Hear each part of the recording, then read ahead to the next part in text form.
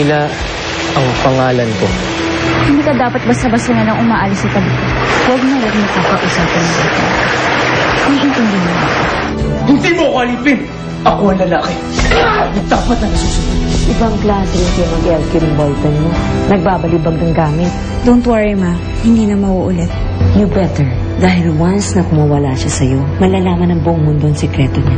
Saan ka patungo? Punta akong ospital. Nandun kasi yung tatay ko eh. Maaari bang sumama sa'yo?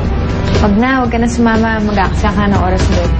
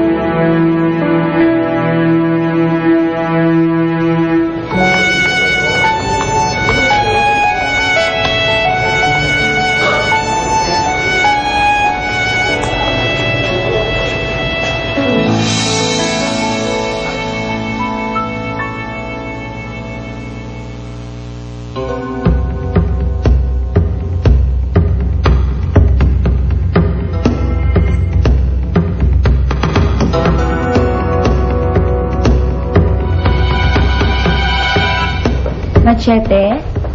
Machete? Bati na tayo.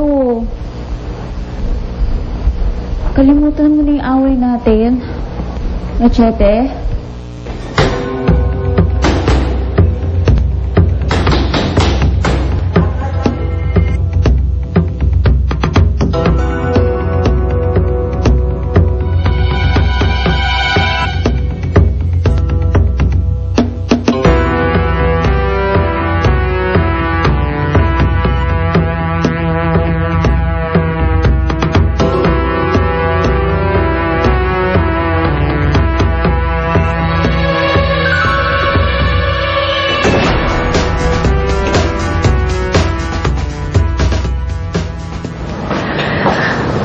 Hindi ito ang karaniwang oras ng dalaw mo. Kayo pala, Doc. Kamusta na po ang tatay ko? Kanina ba mahimbing ang tulog ng tatay Carlos mo? Mabuti naman po. Doc, kailan ko po mailalabas ang itay? Maganda naman ang response sa mga gamot na binibigay namin sa kanya. Kaya kung hanggang bukas stable ang kanyang condition, pwede na kayong makauwi. Talaga po. Pero Iha, gaya ng sinabi ko sa'yo, kailangan paghandaan mong operasyon niya.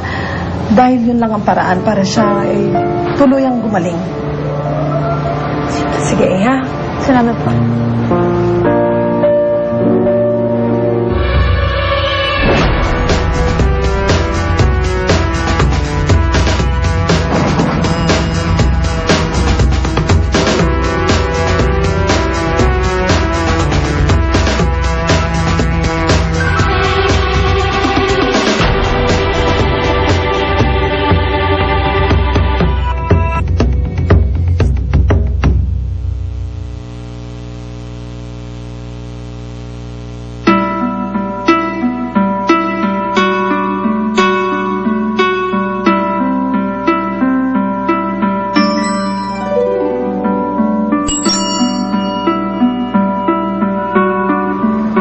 Tay?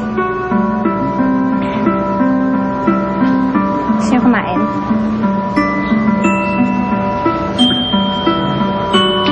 Tubig, Tay. Gusto niyo tubig? Sa susunod na pupunta ka, Tay. Dadaling si Candy dito. Talaga? Gusto niyo makilala si Candy, Tay.